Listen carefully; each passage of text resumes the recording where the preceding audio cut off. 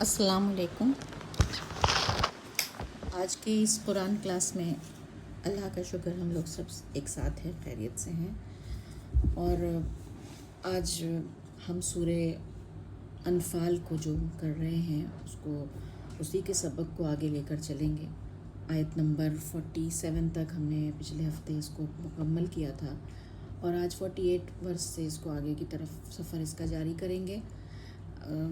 ہمارا جو پچھلی کلاس کا جو بھی ہمارا ایک سمری تھی، جو نچوڑ تھا، آپ لوگوں کو اگر یاد ہوگا تو ہم لوگوں نے سب سے پہلے تو پڑھا تھا کہ مال غنیمت کے بارے میں اللہ تعالیٰ نے کچھ رولز دیے تھے کہ ایسے اس کو ڈیوائیڈ کرنا چاہیے۔ جو بھی پیسہ ملتا ہے جنگ میں، یا جو بھی مال یا جانور جو بھی کچھ ملتا ہے کسی جنگ کے بعد، اس کو اس طرح سے بانٹنا ہے، وہ اللہ تعالیٰ نے بتایا۔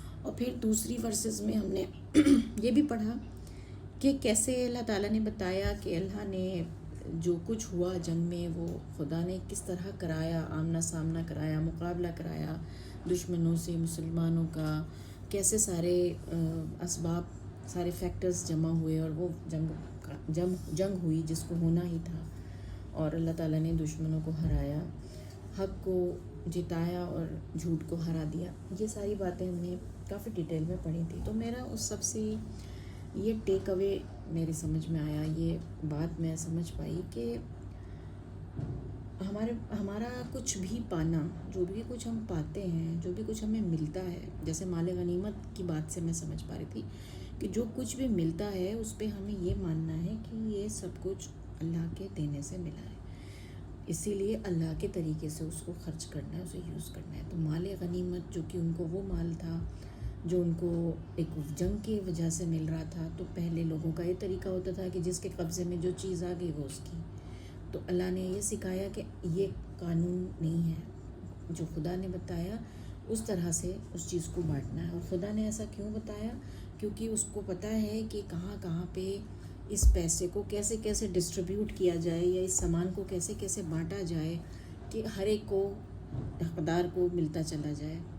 تو اس لیے ہمارا کچھ بھی پانا ہمارا اپنے پانے سے نہیں، ہمارے اپنے کرنے سے نہیں، خدا کے دینے سے ہوگا۔ جب تک ہم اس بات کو نہیں مان لیں گے تو ہم خدا کے حساب سے خرچ بھی نہیں کر سکیں گے اور کسی کو دے نہیں سکیں گے۔ دوسرا، جو جنگ وغیرہ کے پورے حالات اللہ تعالیٰ نے ان آیتوں میں بتائے، تو اس سے بھی میں یہ سمجھ پا رہی تھی کہ ہمارا کہیں پر ہونا، کہ ہم کہاں ہیں، کس کے گھر میں ہیں، کس سے بات کر رہے ہیں، یہ سب بھی خدا ہی کے کنٹرول میں ہے۔ کیونکہ وہ اس میں یہی تھا نا کہ جب تم وادی کے دوسرے کنارے پر تھے تو وہ نیچے کی طرف تھے اور تمہارا آمنا سامنا ہوا، تو مجھے یہ لگا کہ ان کی پوزیشن جو اس طرح سے ہوئی وہ ان کے بس میں نہیں تھی کہ وہ خود کر سکتے تھے۔ اس آیت میں یہ تھا کہ اگر تم چاہتے بھی تو وہ وقت مقرر کرتے بھی تو تم ضرور اس میں مطلب چینجز کر دیتے۔ مطلب انسان کے بس میں یہ بھی نہیں کہ وہ ایک جگہ پہنچنے کا جو عہد کرے تو وہاں پہنچ ہی جائے۔ تو ہمارا کسی جگہ پہ ہونا یہ بھی خدا ہی کی مرضی سے ہوتا ہے، تو اس بات پر بھی ہمیں ایمان ہونا چاہیے۔ اور ہمارا جیتنا یا ہمارا ہارنا یہ سب خدا ہی کا فیصلہ ہے، یعنی کہ جو ہو کر رہنا ہے وہ ہوتا ہی ہے۔ میں ان ورسز سے یہ سمجھ پا رہی تھی، مطلب ہمارا اس میں ایک رول ہے، لیکن وہ لیس دین 1% ہوگا، مطلب اتنا کم رول ہے ہمارا، 1% سے بھی کم۔ 99% چیزیں خدا ارینج کرتا ہے، کون کس وقت کیسا ہوگا، کون بیمار ہوگا، کس کے پاس کیا چیز ہوگی، کس کے حالات کیسے ہوں گے، سب ارینجمنٹ اللہ کی طرف سے ڈفرینٹ فیکٹرز کے روپ میں آتا ہے۔ لیکن خدا جب کوئی کام اس کو مطلوب ہوتا ہے، جب وہ کچھ کرانا چاہتا ہے اپنے بندوں سے، تو وہ اسی طرح سے اپنی مدد بھیج کر وہ کام کرا لیتا ہے۔ یہی میں سمجھ پائی، مطلب خدا نے ہمیں آزادی دے رکھی ہے، ہم سب آزاد ہیں، ہم کچھ جو چاہیں کریں، لیکن خدا مینیج کرتا ہے، مداخلت کرتا ہے، انٹرونشن کرتا ہے، جہاں کہیں بھی اس کو اپنا کام جس طرح وہ چاہتا ہے اس طرح کرانا ہے، وہاں وہ اپنے ذریعے اس کی مدد کرے گا، اس کام کو موڈیفائی کرے گا، چینج کرے گا۔ تو سب خدا کی ہی مرضی سے ہو رہا ہے، یہ میں سمجھ پائی تھی پچھلی دفعہ کی ساری ڈسکشنز میں۔ اور میں یہ بھی سوچ رہی تھی کہ انسان کا اس سب میں کیا رول ہے پھر، جیسے میں نے بتایا کہ 1% سے بھی کم انسان کا رول ہوتا ہے۔ پہلا رول یہ ہوتا ہے کہ وہ ارادہ کرتا ہے، جب جنگ میں انہوں نے ارادہ کیا کہ ہاں ہمیں لڑنا ہے، ہمیں ہمت دکھانی ہے، ہمیں ثابت قدم رہنا ہے، ہمیں اللہ سے دعا کرنی ہے، اللہ کی یاد میں کھڑے ہونا ہے، تو اللہ نے مدد بھیجی. مطلب وہ جو انہوں نے رسپانس دیا تھا نا، وہی ان کا عمل تھا. وہ 1% جو انہوں نے دیا وہ یہی تھا کہ وہ ثابت قدم رہے، وہ ڈرے نہیں، وہ خدا کو یاد کرتے رہے، انہوں نے تکبر نہیں کیا، وہ ڈرتے رہے. تو یہ والا جو رسپانس دینا تھا ان کو، وہ انہوں نے دیا، اور اللہ نے پھر باقی 99% کر دیا. کیونکہ پھر اللہ نے بتایا تھا نا کہ تم انہیں نہیں مار رہے تھے، ہم نے انہیں مارا. تم نے ان کی آنکھوں میں دھول نہیں پھینکی، ہم نے ان کے اوپر دھول پھینکی. تو سب کچھ جو ہو رہا تھا وہ خدا ہی کرا رہا تھا.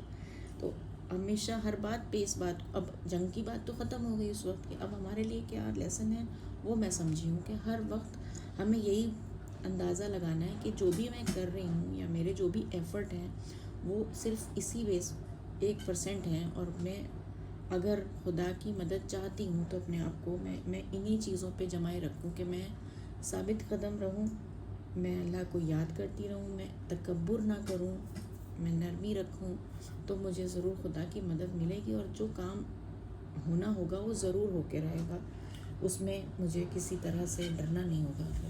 اور جو نہیں ہوا وہ نہیں ہونا تھا، اس پہ اس بات کا بھی صبر آ جائے گا مجھے کہ اس کام کو ہونا ہی نہیں تھا. تو یہ ساری چیزیں میں جب پچھلی آیتوں کو پڑھ رہی تھی دوبارہ تو میرے سمجھ میں یہ آ رہی تھی. ان باتوں سے بہت کلیئرٹی ملتی ہے. ایک تو یہ سمجھ میں آتا ہے کہ ہم انسان بہت سی چیزوں کو سٹریس میں لیتے ہیں نا، کہ ہم کر رہے ہیں، جیسے کہ ہم سب کچھ دنیا کا بوجھ سر کندھوں پہ اٹھا کے ہم ہی گھوم رہے ہیں. ایسی ٹینشن اور ایسی سٹریس، ایسی تھکان ہم لوگ اپنے اوپر لے لیتے ہیں. اگر ہم یہ سب چیز اللہ کے اوپر ڈال دیں کہ وہ ہی کر رہا ہے، اسی کے کرنے سے ہوگا، میرا صرف ارادہ ہے، میں ارادہ کروں، میں جمع رہوں، مجھے صرف اتنا ہی کرنا ہے اور دعا مانگنی ہے، وہ ہیلپ بھی اللہ ہی دے گا کہ میں جم سکوں. تو پھر میں اس طرح سے سوچ کے جب کسی کام پہ لگوں گی تو میں وہ سٹریس نہیں محسوس کروں گی، وہ پریشانی، وہ تھکان نہیں محسوس کروں گی. میں خدا کی مدد کی مستحق بن پاؤں گی، مطلب ایلیجبل بنوں گی کہ اللہ میری مدد کرے. تو یہ اس طرح سے مجھے یہ ورسز اپنے لیے پھر سمجھ میں آئی تھی. اور یہ بات پچھلی بار کیونکہ نہیں کر پائی تھی تو میں آج اس کو تھوڑا ڈیٹیل میں کری میں. اب ہم آج کی ورسز کو پڑھتے ہیں. آج جو ہم نے آیتیں جو آگے کی پڑھنی ہے، آیت نمبر 48. اور جب اعوذ باللہ من الشیطان الرجیم، بسم اللہ الرحمن الرحیم. اور جب شیطان نے انہیں ان کے اعمال خوشنما بنا کر دکھائے اور کہا کہ لوگوں میں سے آج کوئی تم پر غالب آنے والا نہیں اور میں تمہارے ساتھ ہوں. اب یہاں کیا بات ہو رہی ہے؟ یہاں بھی وہی بات ہو رہی ہے کہ شیطان نے انہیں، جو دشمن تھے مسلمانوں کے، جو مکہ کے لوگ تھے، ان کو شیطان نے دکھایا کہ تم بہت صحیح ہو. خوشنما بنا کے دکھانا مطلب کہا کہ ہاں تم بالکل ٹھیک ہو اور تم آج بالکل ہار نہیں سکو گے. یہ کہہ دیا تم پر آج کوئی غالب نہیں آنے والا، میں تمہارے ساتھ ہوں. تو وہ اگر انہیں پتہ ہوتا کہ شیطان کہہ رہا ہے تو وہ تھوڑے نہ مانتے. شیطان کا اگر ہمیں پتہ چلے کہ شیطان ہم سے کہہ رہا ہے کہ میں تمہارے ساتھ ہوں تو پھر تو ہم ضرور چھوڑ دیں گے نا فوراً. تو یعنی کہ شیطان ہمیشہ اس طرح سے انسان کو امید دلاتا ہے کہ اسے پتہ نہیں چلنے دیتا کہ وہ شیطان کے ساتھی بنے ہوئے ہیں. انہیں پتہ نہیں تھا، جیسا کہ آپ کو پہلے بھی کئی بار بتایا میں نے، کہ ان کو یہ لگتا تھا کہ ہم تو پیغمبر ابراہیم کے اور اسماعیل علیہ السلام کے دین پر چل رہے ہیں، ہم تو صحیح دین پر چل رہے ہیں، ہم تو کعبے کے متولی ہیں، ہم کیسے غلط ہو سکتے ہیں. تو شیطان نے یہ ساری باتیں ان کے دماغ میں ڈالی. شیطان یہ نہیں کہتا کہ میں شیطان ہوں اور میں تمہارے ساتھ ہوں. یہاں سمجھنے کی بات یہ ہے کہ شیطان ایسے آئیڈیاز آپ کے دماغ میں ڈالتا ہے کہ آپ کو لگنے لگتا ہے آپ ٹھیک ہو، وہی ان کے ساتھ ہوں. شیطان نے انہیں ان کے اعمال خوشنما بنا کر دکھائے اور کہا کہ لوگوں میں سے آج کوئی تم پر غالب آنے والا نہیں اور میں تمہارے ساتھ ہوں. بس جب دونوں گروہ آمنے سامنے ہوئے تو وہ الٹے پاؤں بھاگا اور کہا میں تم سے بری ہوں، میں وہ کچھ دیکھ رہا ہوں جو تم لوگ نہیں دیکھتے. مطلب جب دیکھا شیطان نے کہ دونوں جو مکہ کے لوگ تھے اور مسلمان تھے ان میں آمنے سامنا ہوا اور وہ جنگ میں ایک ساتھ ہو گئے، لڑنے لگے، تو شیطان سمجھ گیا کہ اللہ تعالیٰ آج کیا چاہ رہا ہے. اس نے فرشتوں کو بھی دیکھ لیا کہ فرشتوں کی مدد آئی ہے.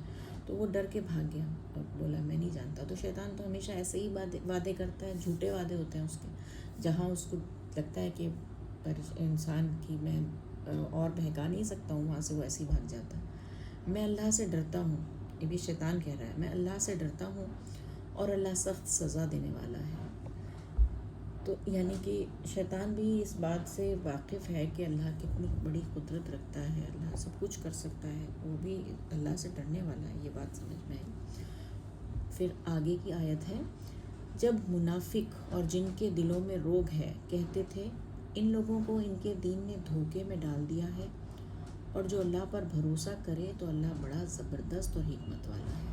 مطلب وہ لوگ جو مکہ کے لوگ تھے وہ خود کو بہت دیندار سمجھتے تھے کہ ہم تو بہت صحیح دین پر ہیں, اور مسلمانوں کو کہتے تھے کہ یہ کیسے یہ لوگ ہیں کہ ایک آدمی نے, محمد نام کے ایک آدمی نے ان کو بہکا دیا ہے اور اسی پر چلے جا رہے ہیں اور لڑنے کو بھی آ گئے ہیں. بتاؤ یہ کیسے اندھے ہو گئے ہیں بالکل. جیسے آج کل ہم نہیں کہتے کہ کسی کے بھکت ایسے بن گئے کہ انہیں کچھ سمجھ میں نہیں آ رہا. تو وہ آپ صلی اللہ علیہ وسلم کے جو فالوورز تھے, جو ماننے والے تھے, ان کو ایسا کہتے تھے وہ کہ ان کے دین نے انہیں دھوکے میں ڈال دیا, پتہ نہیں یہ کون سا دین فالو کر رہے ہیں اور دھوکے میں پڑے ہوئے ہیں.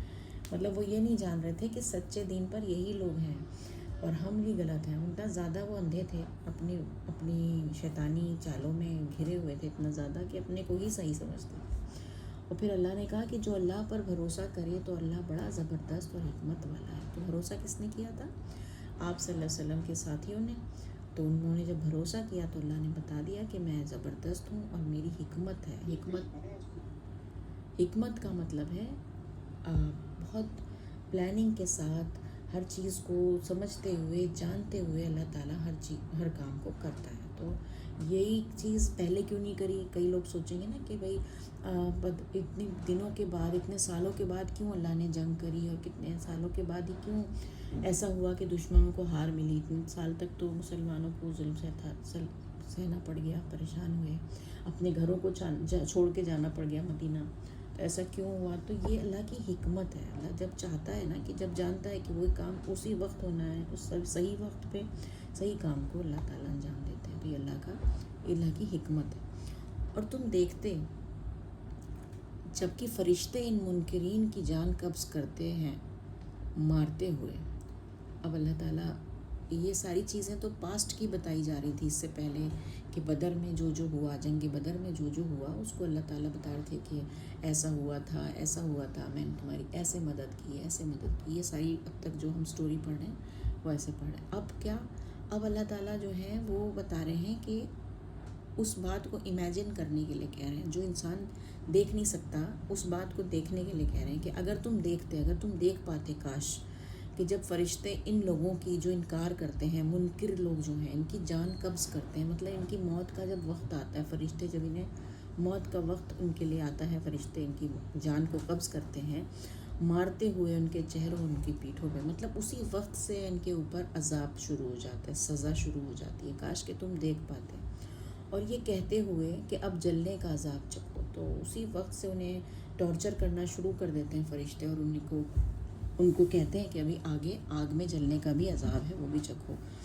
شاید یہ وہی چیز ہے جس کو کہ ہم لوگ قبر کے عذاب کی بھی بات اس میں کرتے ہیں. شاید یہ وہی چیز ہے کہ مارتے ہوئے ان کے چہروں اور ان کی پیٹھوں پر. یہ بدلہ ہے اس کا جو تم نے اپنے ہاتھوں آگے بھیجا تھا, اور اللہ ہرگز بندوں پر ظلم کرنے والا نہیں. تو مطلب یہ تم پہ ظلم نہیں ہو رہا ہے. انہیں مارتے ہوئے فرشتے کہتے ہیں کہ یہ تو اس چیز کا بدلہ ہے جو تم کرتے تھے. تم اتنے ڈھیٹ تھے, تم اتنے زیادہ مکار تھے, تم نے ہر چیزوں کو بالکل سمجھا ہی نہیں, سیریس ہی نہیں ہو کے دیے, تم پوری زندگی تم نے نکال دی. اور اللہ تعالیٰ کسی پہ ظلم نہیں کرتا, یہ صرف بدلہ ہے جو تم نے کیا تھا. اللہ تو انصاف والا ہے. فرعون والوں کی طرح, اور جو ان سے پہلے تھے کہ انہوں نے اللہ کی نشانیوں کا انکار کیا, تو انہوں نے بھی وہی کام کیا تھا نا جو فرعون نے کیا تھا. فرعون ایک بہت ظالم بادشاہ تھا موسیٰ علیہ السلام کے زمانے میں. ان کے لوگوں نے, ڈسپلے نہیں آ رہا ہے کیا قرآن کا؟ آپ کا آ رہا ہے؟ اچھا,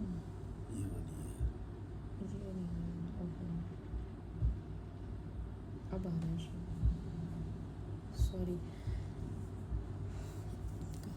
تو فرعون والوں کا اگزامپل دیا اللہ تعالیٰ نے کہ یہ جو منکرین ہیں ان پر بھی جب موت آ رہی ہے تو اس پہ فرشتے انہیں سزا دے رہے ہیں. ایسے ہی فرعون کے ساتھ اور اس کے ساتھیوں کے ساتھ ہوا تھا، یا اس سے پہلے جو لوگ جنہوں نے بھی اللہ کی نشانیوں کا انکار کیا تھا ان سب کے ساتھ یہی ہوا تھا. اللہ نے ان کے گناہ پر انہیں پکڑ لیا تھا. تو یہ ہمیشہ ہوتا آیا، جتنے بھی منکرین ہیں جو خدا کو کا انکار کرتے ہیں، اس کی نشانیوں کو نہیں مانتے، اگنور کر کے رکھتے ہیں، تو ان کے ساتھ یہی ہوتا ہے. اللہ تعالیٰ یہ کہہ رہے ہیں بے شک اللہ قوت والا ہے. قوت مطلب طاقت. بے شک اللہ طاقت والا ہے، سخت سزا دینے والا ہے. یہ اس وجہ سے ہوا کہ اللہ اس انعام کو جو وہ کسی قوم پر کرتا ہے اس وقت تک نہیں بدلتا جب تک وہ اسے نہ بدل دے جو ان کے نفسوں میں ہے. اور بے شک اللہ سننے والا، جاننے والا ہے. تو اوپر اللہ تعالیٰ نے اپنی سزا کی بات کی، اوپر اپنی طاقت کی بات کی. اب اس آیت میں اللہ تعالیٰ فرماتے ہیں کہ یہ اس وجہ سے ہوتا ہے، کیوں کسی کو سزا ملتی ہے، کیوں کسی کے اوپر ایسا یہ سب ٹائم آتا ہے کہ وہ ٹارچر کیا جائے. کیونکہ اللہ یہ اس وجہ سے ہوا کہ اللہ جو ہے کسی پر ٹارچر نہیں کرتا. مطلب جو انعام اللہ نے ہمیں دے رکھا ہے، انعام کیا ہے کہ ہم آرام کی، سکون کی زندگی جی رہے ہیں. انسانوں پر یا کسی بھی قوم پر جو انعام اللہ کرتا ہے وہ تب تک نہیں ہٹتا جب تک وہ نہ بدل لیں جو ان کے دلوں میں ہے. نفسوں کا مطلب دل میں. اس کا مطلب یہ ہے کہ اللہ نے ہمارے دلوں میں، ہمارے نفس میں ایک پہلے بھی بات ہو چکی ہے، ایک فطرت رکھی ہے. فطرت پہ ساری باتیں سچائی اللہ نے ڈال دی. لیکن ہم کیا کرتے ہیں، دنیا میں پیدا ہو کر اس فطرت کو بگاڑ لیتے ہیں، اور پیدا ہونے کے بعد ہم ماحول کے اثر سے، اپنے گھر کے اثر سے اس کو گندا کرتے چلے جاتے ہیں اور ساری سچائی کو ہم بھول جاتے ہیں. تو ہم کیا کر لیا، بدل دیا ہم نے جو ہمارے نفس میں تھا. تو جب کوئی انسان اپنی فطرت کو نہیں جگاتا، اللہ تعالیٰ بار بار جھجھوڑتا ہے، انسان کے پاس پیغام آتا ہے پیغمبر کے ذریعے، قرآن کے ذریعے سچی بات آتی ہے، لیکن وہ اپنی فطرت کو نہیں جگا پاتا اگر کوئی انسان، تو پھر اللہ تعالیٰ اس کے اوپر عذاب ہی نازل کرتا ہے. مطلب بار بار چانس دیتا ہے اللہ تعالیٰ کہ بھائی آپ کی جو دل کی بات ہے وہ یہ ہے، اس کو مانو. لیکن انسان اگنور کر دیتا ہے، پھر اس کو پریشانیوں میں بھی ڈالتا ہے کہ پریشان ہو کے شاید یہ اللہ کو یاد کرے، کیونکہ انسان ہے نا ایسا کہ پریشانی میں خدا کو یاد کرنے لگتا ہے. لیکن وہ انسان ایسا ڈھیٹ نکلتا ہے کہ اس نے پریشانیوں میں تو اللہ کی، لیکن جیسے ہی ٹھیک ہوا پھر بھول گیا. تو یہ اس طرح سے جب کئی بار اللہ تعالیٰ آزما لیتا ہے اس انسان کو، تب کہیں جا کر اس کے اوپر سے وہ اپنے انعام کو ہٹاتا ہے، اس کے اوپر سے اپنی بلیسنگز کو ہٹاتا ہے جو اس نے دے رکھی تھی. تو یہ قوم کے لیے بھی ہے اور انسان، ہر ایک انسان کے لیے بھی ہے. مطلب کوئی بھی قوم جس کو اللہ نے بلیسنگ دے رکھی ہے، کوئی قوم ایسی ہے جس کو اللہ نے پاور دے رکھی ہے یا رعب دے رکھا ہے ایک دنیا پہ، اس کو دنیا پہ اس کا رعب ہے، تو تب تک اللہ تعالیٰ اس کے رعب کو قائم رکھے گا جب تک کہ وہ اپنے آپ کو صحیح رکھیں گے، صحیح چیز پر رکھیں گے، نفس پہ اپنے گندگی نہیں ملائیں گے. اور جب وہ اپنے نفس میں گندگی ملا لیں گے، اپنے اخلاق کو خراب کریں گے، اپنے دین کو خراب کریں گے، جو اللہ نے سکھایا تھا اس سے ہٹ جائیں گے، تو پھر ان سے وہ سب چیز چھین جاتی ہے. اور اس کا اگزامپل ہم سمجھ سکتے ہیں، ہم نے سمجھا ہے کہ یہودیوں کا اگزامپل ہے. سب سے پہلے اللہ تعالیٰ نے یہودی، ایک قوم کی اگزامپل دے رہی ہوں میں، انسانوں میں تو ہم سب ہیں ہی. پہلے یہودی قوم کو اللہ تعالیٰ نے چنا کہ یہ قوم دین کو پھیلائے گی اور لوگوں تک. لیکن یہودیوں نے جب یہ کام نہیں کیا تو اللہ نے پھر ان پہ سے وہ انعام چھین لیا اور پھر اس کو مسلمانوں کو دیا. اور اب مسلمانوں کے نے بھی جب اتنے سال تک دین پہ سے اپنے آپ کو ہٹا لیا، اپنے اخلاق کو خراب کر لیا، اپنے اندر گندگی بھر لی، ہر طرح کی گندگی بھر لی، تو اب اللہ تعالیٰ نے اس قوم کے اوپر سے بھی، مسلم قوم کے اوپر سے بھی اپنی یہ انعام کو جیسے ہٹا ہی لیا ہو، کیونکہ اس کا رعب ختم ہو گیا، اس کی طاقت ختم ہو گئی، لوگوں کے اندر اس کے بارے میں عزت ختم ہو گئی، لوگ اس کے بارے میں ہلکا سمجھنے لگے اس قوم کو. یہ ایک خدا کی طرف سے ایک تنبیہ ہے جو انہوں نے اس آیت میں فرمائی. اور بے شک اللہ سننے والا، جاننے والا ہے. تو اللہ تو دلوں کی بات سن لیتا ہے اور جان لیتا ہے کہ ہاں انہوں نے اپنے دل میں صحیح بات رکھی ہوئی ہے یا نہیں. جب ہمارے دل میں صحیح ایمان نہیں ہے، جب ہماری فطرت زندہ نہیں ہے، تو پھر اللہ تعالیٰ ہم سے چھین لے گا ہمارے انعام. تو یہ بہت ڈرانے والی بات ہے. اگر ہم اس بات پر غور کریں تو ہم جان پائیں گے کہ جب تک ہم خود کو نہیں بدلیں گے، جب تک ہم صحیح راستے پہ نہیں آئیں گے، اللہ کا انعام ہم واپس نہیں پا سکتے. ہم اللہ کے خاص بندوں میں شامل نہیں ہو سکتے. تو یہ بات یہاں پہ پروو ہو رہی ہے. دنیا میں بھی ہم اللہ کے خاص بندے نہیں بن سکتے. آخرت میں تو خیر بہت ہی مشکل ہے جنت کا ملنا. جب تک ہم دنیا میں ہی اللہ کے پسندیدہ بندوں میں نہ آ جائیں, جب تک ہم اللہ کا انعام دنیا میں ہی نہ پالیں. فرعون والوں کی طرح, پھر سے فرعون والوں کا اگزامپل دیا, فرعون اور اس کے لوگوں کی طرح جو ان سے پہلے تھے. انہوں نے رب کی نشانیوں کو جھٹلایا, پھر ہم نے ان کے گناہوں کے سبب سے انہیں ہلاک کر دیا, اور ہم نے فرعون والوں کو غرق کر دیا, اور یہ سب لوگ ظالم تھے. تو یعنی کہ فرعون کی قوم بھی ایسی تھی, انہوں نے بھی یہی کیا تھا. اپنے آپ کو دین ان کے پاس آیا, انہوں نے پہچانا نہیں, انہوں نے اس کو جھٹلا دیا, اور ان کی جو بھی غلطیاں انہوں نے کری, بار بار پیغمبروں کو ستایا, اپنے اندر کی کمیوں کو دور نہیں کیا, اپنے اخلاق کو اچھا نہیں کیا, اپنے آپ کو دنیا کے پیچھے بھگا رکھا تھا کہ بس ہم راجہ بن جائیں, ہم سب سے کامیاب بن جائیں, تو آخرت کی فکر ہی نہیں کی. تو پھر ان کو بھی اللہ نے ایسے ہی ہلاک کر دیا. تو یہ مطلب یہ بات سمجھ میں آ گئی کہ جو نعمت ہے, اللہ کی نعمت تبھی ملتی ہے جب ہم اس کے لائق بنیں. یہ ایک لائن میں ہم اس چیز کو سمجھ سکتے ہیں. جیسے فرعون کو نعمت ملی ہوئی تھی, فرعون کے لوگوں کو ملی ہوئی تھی, انہیں بہت بڑے ایریا کا راجہ بنایا ہوا تھا, لیکن انہوں نے بھی اپنی نالائقی ثابت کی, تو انہیں بھی ڈبو دیا گیا. اب آگے کی ورس بھی پڑھ لیتے ہیں. آگے اللہ تعالیٰ فرماتے ہیں, بے شک سب جانداروں میں بدترین اللہ کے نزدیک وہ لوگ ہیں جنہوں نے انکار کیا اور وہ ایمان نہیں لاتے. ابھی پیچھے کچھ ٹائم پہلے آیت نمبر 22 میں بھی ہم نے کچھ ایسی ہی بات پڑھی تھی, سمجھ لیجئے. وہ آیت میں دوبارہ پڑھ رہی ہوں, آیت نمبر 22. اس میں کہا, اللہ تعالیٰ نے فرمایا, یقیناً اللہ کے نزدیک بدترین جانور وہ بہرے گونگے لوگ ہیں جو عقل سے کام نہیں لیتے. تو اللہ نے بتایا تھا سب سے خراب وہ ہیں جو عقل سے کام نہیں لیتے اللہ کے سامنے. اب یہاں کیا کہا جا رہا ہے, سب جانداروں میں, مطلب جتنی بھی مخلوق اللہ کی ہے اس میں سب سے خراب اللہ کے نزدیک وہ ہیں جنہوں نے انکار کیا اور وہ ایمان نہیں لاتے. تو اس کا مطلب یہی ہوا کہ ایمان جو نہیں لا رہا ہے, جو انکار کر رہا ہے, وہ وہی ہیں جو اپنی عقل کو استعمال نہیں کر رہا ہے نا. اللہ کی دو باتوں میں فرق تو ہو نہیں سکتا نا. وہاں پہ کہا کہ جو عقل استعمال نہیں کرتے وہ, اور یہاں پہ کہا جا رہا ہے جو ایمان نہیں لاتے وہ. اس کا مطلب ہے ایک ہی بات ہے, ایمان لاتا ہے وہ آدمی ہے جو اپنی عقل کو استعمال کرتا ہے. اب یہاں ایمان کا مطلب یہ نہیں ہے جیسے ہمارا ہے کہ ہم مسلمان گھر میں پیدا ہوئے تو ہم کہیں کہ ہم تو ایمان ہی لے آئے, چلو ہم تو اللہ کے نزدیک ویسے ہیں نہیں. یہ مطلب نہیں ہے. ایمان لانے کا مطلب ہے کہ ہم سچ مچ اللہ کو سب سے بڑا مانے ہوئے ہیں, اللہ ہی ہمارا سب سے بڑا کنسرن ہے. ہم نے اللہ کو پہچان لیا ہے, ڈسکور کر لیا ہے, اللہ کے آگے اپنے آپ کو سرنڈر کر دیا ہے. سرنڈر کا مطلب سمجھ لیں, ایمان از ایکول ٹو سرنڈر. تو اگر ہمارا ایمان اس سرنڈر والا ایمان ہے تو ہم ٹھیک ہے, نہیں تو پھر اللہ کے نزدیک ہم وہی ہیں جنہوں نے انکار کیا اور ایمان نہیں لایا. تو ہم یہاں پہ بجائے اس کے کہ دوسروں کو تولیں گے نا کہ ہاں وہ تو اس کو تو اللہ پسند نہیں کرتا ہوگا, وہ تو ایمان نہیں لایا, یہ دوسروں کے لیے نہیں ہوتا. قرآن اپنے لیے ہے. مطلب ہم آئینہ بنا کے پڑھنا ہے, ہمیں قرآن کو آئینہ ہے, ہمیں اپنی شکل دیکھنی ہے. اگر ہم اینک لگا کے پڑھیں گے, اینک کا مطلب ہے دوسروں کو دیکھیں گے کہ ہاں اچھا یہ آیت تو اس کے لیے, یہ آیت تو اس کے لیے, یہ تب ہم کبھی کچھ نہیں سیکھ پائیں گے. تو آئینہ بنانا ہے, اینک نہیں. تو یہاں پہ سمجھ میں آ گیا کہ اگر ہم سچا ایمان نہیں لائے ہیں تو اللہ کے نزدیک ہم بدترین ہیں, اور ہم اپنے آپ کو اللہ کے بالکل کیا کہتے ہیں اس کو, بالکل ناپسند ہیں اللہ کے نظر میں. اگر ایسے ہیں جن سے تم نے عہد لیا پھر وہ اپنا عہد ہر بار توڑ دیتے ہیں اور وہ ڈرتے نہیں, بس اگر تم انہیں لڑائی میں پاؤ تو انہیں ایسی سزا دو کہ جو ان کے پیچھے ہیں وہ بھی دیکھ کر بھاگ جائیں تاکہ انہیں عبرت ہو. تو یہاں پہ ایک واقعہ کے حوالے سے ہمیں یہ بتایا جا رہا ہے کہ کچھ لوگ ایسے تھے. پہلے تو یہاں پہ یہ بات سمجھ لیں کہ عہد کی امپورٹنس, مطلب عہد مطلب وعدہ, کہ جب انسان کوئی عہد کرے اور وہ توڑے نہیں تو وہ اللہ اسے اچھا سمجھ رہا ہے.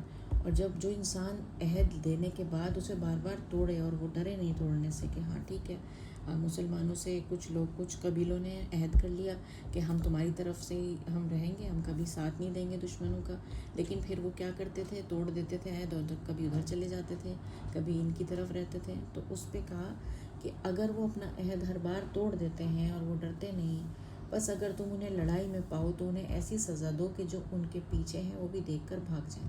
تو اللہ تعالیٰ نے فرمایا کہ اب جب جنگ چلے، جب بھی کبھی تم جنگ میں ہو تو ایسے لوگوں کو ایسی سزا دو کہ لوگ بھی ڈر جائیں اور لوگ بھی ایسا کام نہ کریں۔ اور اگر تمہیں کسی قوم سے بدعہدی کا ڈر ہو، اگر تمہیں پہلے سے ہی شک ہو کہ کوئی لوگ ہیں جو تمہارا وعدہ توڑیں گے ہی توڑیں گے، جو انہوں نے تمہارے ساتھ وعدہ کیا اس کو ہٹائیں، مطلب ضرور اس کا وہ کریں گے، وہ توڑیں گے، تو ان کا عہد ان کی طرف پھینک دو۔ تو مطلب انہیں اعلان کر کے بول دو کہ ٹھیک ہے اب اس وعدے کو توڑ دیا جائے، پہلے ہی توڑ دو، ان سے بتا کے لو لیکن توڑو، ایسی طرح کہ تم اور وہ برابر ہو جائیں۔ تو مطلب ایسے نہ کرو کہ خاموشی سے تم بھی ان کے اوپر دھوکے سے حملہ کر دو کہ ٹھیک ہے ابھی توڑنے تو والا ہی تھا، میں پہلے ہی وہ کر دیتا ہوں، کیونکہ عہد کی بہت امپورٹنس ہے اسلام میں۔ جو بات کہہ دی ایک بار آپ نے کسی کے ساتھ، اس کو نبھانا ہوگا۔ تو عہد ان کی طرف پھینک دو ایسی طرح کہ تم اور وہ برابر ہو جائیں، بے شک اللہ بد عہدوں کو پسند نہیں کرتا۔ تو تاکہ اعلان کر کے تم یہ کہو کہ ہاں بھائی اب ہمارا عہد نہیں رہا، ختم ہو گیا، تاکہ وہ بھی فری ہو جائے، وہ بھی چاہے تو حملہ کر دے اور تم بھی فری ہو جائے، جب چاہو تو حملہ کر دو۔ مطلب چوری چھپے کچھ نہیں کرنا ہے۔ اس کے پیچھے ایک تھوڑا سا اسٹوری بھی ہے، اگر میرے خیال سے ٹائم ہے تو بتا دیتی ہوں کہ ایک وقت تھا جب کہ یہ جو معاویہ، حضرت معاویہ تھے، انہوں نے رومی مطلب جو رومن امپائر تھا اس وقت پہ، ان سے ایک عہد کرا ہوا تھا۔ عہد کا مطلب کانٹریکٹ سمجھ لو، مطلب جو دو دیشوں کے بیچ میں کانٹریکٹ ہوتے ہیں۔ تو دو دیش تھے، ایک رومن امپائر تھا، ایک اسلامک کنگڈم تھی۔ انہوں نے ایک کانٹریکٹ کیا سائن کہ ہم آپس میں نہیں لڑیں گے، لیکن ان کا جو کانٹریکٹ تھا وہ ختم ہونے والا تھا، مطلب کچھ ٹائم رہ گیا تھا کہ اب 10 دن یا 15 دن میں ختم ہو جائے گا۔ تو خاموشی سے حضرت معاویہ نے کیا کیا کہ رومن امپائر کی بارڈر پہ اپنے سپاہی لگا دیے کہ جیسے جسی دن ختم ہونے والا ہوگا اسی دن اٹیک کر دیں گے، یہ کرنا شروع کیا۔ تو اس وقت ایک صحابی تھے، ان کا نام تھا حضرت عمرو بن عباس۔ تو وہ آئے گھوڑے پر، انہوں نے کہا بہت تیز تیز آواز میں، اللہ اکبر اللہ اکبر، اپنے عہد کو پورا کرو، عہد کو نہ توڑو۔ انہوں نے لوگوں کو رسول اللہ صلی اللہ علیہ وسلم کی حدیث بھی سنائی کہ جس کا کسی قوم سے معاہدہ ہو جائے تو وہ گرہ نہ کھولی جائے اور نہ باندھی جائے یہاں تک کہ معاہدے کی مدت پوری ہو جائے یا برابری کے ساتھ اس کا عہد اس کی طرف پھینک دیا جائے۔ یعنی کہ جب پورا ہو جائے گا اس کا عہد، اس کے بعد ہی تم کچھ کرو کارروائی، پہلے سے پہلے تم وہاں کھڑے ہو رہے ہو تو یہ غلط بتایا انہوں نے۔ یہ پوری مدت پوری ہونے دو یا تو پھر پہلے ہی اعلان کر دو کہ ہم ختم کر رہے ہیں۔ تو یہ ہے ایک اسلامک قانون عہد کے بارے میں۔ تو یہ بات بتائی گئی ان ورسز میں۔ آج ہم اس کو یہیں تک پڑھیں گے اور انشاءاللہ نیکسٹ ویک اس کا ایک ایکسپلینیشن دیکھیں گے۔ آج فی الحال جو اب تک سمجھ میں آ رہی ہے بات پہلے میرے، وہ اس پہ ذرا دوبارہ سے کر لیتے ہیں کہ پہلے پارٹ میں، پہلے پیراگراف میں ہم نے جو آیتیں پڑھی اس میں ہم نے سمجھا کہ کیسے شیطان ہمارے دماغ میں یہ ڈال کے رکھتا ہے کہ ہم ٹھیک ہیں۔ تو یہ بات جب ذہن میں ہے نا کہ ہم ٹھیک ہیں تو وہیں ہم غلط ہیں۔ یہ میں نے رول بنایا ہے کہ جب بہت زیادہ یہ لگ رہا ہے نا کہ ہاں میں ٹھیک ہوں، تو وہیں پہ اپنے آپ کو چیک کرنا ہے کہ کہیں ایسا تو نہیں کہ یہ بات صحیح نہ ہو اور شیطان نے دکھا رکھا ہو ایسا۔ تو یہ اپنے لیے ایک تھوڑی سی لرننگ پہلے پارٹ سے ملی۔ تو دوسری بات یہ ہے کہ شیطان ہمیشہ بہت ہی کمزور ہوتے ہیں اس کے وعدے یا اس کی باتیں، جہاں کہیں ہمیں ضرورت پڑتی ہے، جب ہم کبھی کمزوری کے حالات میں ہوتے ہیں، جہاں ہم دیکھتے ہیں تو وہ فوراً ہماری ہمت ختم کر دیتا ہے۔ مطلب اگر ہم نے کسی بات پہ اپنے آپ کو صحیح سمجھا ہوا ہے اور ہم اسی بات پہ جمے ہوئے ہیں، لیکن ہم دیکھتے ہیں کہ سب لوگ ہماری طرف ہمارے سے کہہ رہے نہیں یہ غلط ہے، تو ہم کمزور پڑ جاتے ہیں، ہم ڈر جاتے ہیں۔ تو یعنی کہ یہ دل جو ہمارا مضبوط بنا رکھا تھا شیطان نے، جھوٹ پہ بنا رکھا تھا۔ تو یہ بات سمجھ میں آئی۔ دوسرا یہ بھی سمجھ میں آیا کہ جو موت کا وقت ہے وہ کتنا مشکل وقت ہے، یہ مجھے ان آیتوں سے بیچ کا جو ہم نے سیکنڈ پیراگراف میں سمجھا اس سے سمجھ آ رہا تھا کہ اللہ تعالیٰ کی طاقت کتنی زیادہ ہے اور وہ کتنی سخت سزا دے سکتا ہے، اور ہم اپنے آپ کو کیسے فری سمجھے ہوئے ہیں، کچھ بھی کرتے ہیں، اپنی مرضی سے جیتے ہیں، اپنی خواہشوں پہ چلتے ہیں، اپنی بات کو صحیح ثابت کرتے رہتے ہیں، اور یہ بھول جاتے ہیں کہ پاور ہے کس کی اصلیت میں. تو اس کا خیال کر کے اپنے آپ کو صحیح رکھنا بہت بڑی بات ہے کہ موت کا ڈر، اس کے بعد سزا کا ڈر، یہ ہر وقت ہونا چاہیے. وہ ہمیں شاید صحیح رکھے گی، کیونکہ ہم بہت بار بھٹکتے ہیں. پھر ایک اور چیز ہمیں سمجھ میں آئی کہ جو نعمتیں ہمیں اللہ نے دی ہیں وہ ہمیں کسی نہ کسی اس کے لائق ہمیں بن کر رہنا ہے. اگر ہمارے اندر وہ لائق ہم نہیں ہیں اس کے، تو اللہ تعالیٰ وہ کبھی بھی ہم سے چھین سکتے ہیں. تو کسی بھی چیز کو ہم یہ نہ سمجھیں کہ اب ہم یہ ہیں تو یہ ہماری وجہ سے ہے. آج اگر میری زبان چل رہی ہے تو یہ بھی میری وجہ سے نہیں ہے. اگر میں اس زبان کا غلط استعمال کروں گی تو یہ بھی میں اس کا لائق ہونا ختم کروں گی. فالتو باتیں کرنا، برائیاں کرنا، شکایتیں کرنا، اس کو زبان سے نہ کریں. یا پھر زبان ہی نہیں، ہر چیز جو اللہ نے دی ہے اس کا صحیح استعمال ہو. ہم اس کے اپنے آپ کو یہ دکھائیں اللہ کو کہ ہاں ہم اس کے لائق تھے، جو آپ نے ہمیں دیا ہم اس کے لائق تھے. تبھی ہم اس کے قابل بن پائیں، دکھا پائیں گے اپنے آپ کو. پھر آخری چیز جو ہم نے آخری کی پیراگراف میں سمجھی تھی وہ وعدوں کی امپورٹنس تھی کہ بد عہدوں کو اللہ پسند نہیں کرتا. تو اس چیز کو ایک اسلامک کردار میں ہمیں ڈالنا ہے اپنے کرداروں میں. آج ہم دیکھتے ہیں کہ ہر طرف لوگ ایسی باتیں کہتے ہیں، وعدے کرتے ہیں، جھوٹے وعدے ہوتے ہیں. کہا کہ 9 بجے آئیں گے، آتے 10 بجے ہیں. تو صرف چھوٹا سا اگزامپل ہے. ہر بات کو ہمیں، لیکن ان چھوٹی باتوں کو ہمیں بڑا سمجھنا ہے، دوسروں کے لیے نہیں، اپنے لیے. کہ میں نے اگر کسی سے یہ بات کہی کہ ہاں یہ بات اس طرح ہو جائے گی تو ویسے ہی کرنی ہے. جب میں نے بعد میں یہ نہیں کہہ دینا کہ ہاں وہ تو میں نے کہہ دیا تھا بس. یہ اس طرح کا رویہ ہمیں اپنے اندر نہیں رکھنا. یہ کچھ باتیں اپنے لیے کچھ سمجھ میں آئیں آج کی ورسز سے. ہمارا مطلب یہ جو سیشن ہے اس میں مین فوکس اسی پر رہتا ہے کہ ہم اپنے لیے سیکھیں، اپنے لیے ضرور آیتوں میں دیکھنا ہے ڈیپ میں گھس کے. کیونکہ یہ ساری جو کہانی ہم سورہ بدر کی پڑھ رہے ہیں، جنگ بدر کی پڑھ رہے ہیں، یہ سب تو ہمیں نالج تو ملنی ہی ہے، نالج تو چاہیے ہی، لیکن ساتھ میں ہمیں اپنے لیے بھی کچھ چاہیے کہ ہم کیا کریں گے. پھر یہ سب ہوا تھا، جنگ ہوئی تھی، یہ ہوا تھا، شیطان نے بہکایا تھا، اب ہم کیا کریں؟ ختم بات، کہانی کی طرح نہیں، اس کو اپنے اوپر اپلائی کرتے ہوئے اور دعا کرتے ہوئے کہ اللہ ہمیں عمل کی توفیق دیتا رہے. تو بس اب اس کو دعا سے ختم کر دیتے ہیں. الحمدللہ رب العالمین الرحمن الرحیم مالک یوم الدین ایاک نعبد و ایاک نستعین اہدنا الصراط المستقیم صراط الذین انعمت علیہم غیر المغضوب علیہم ولا الضالین آمین.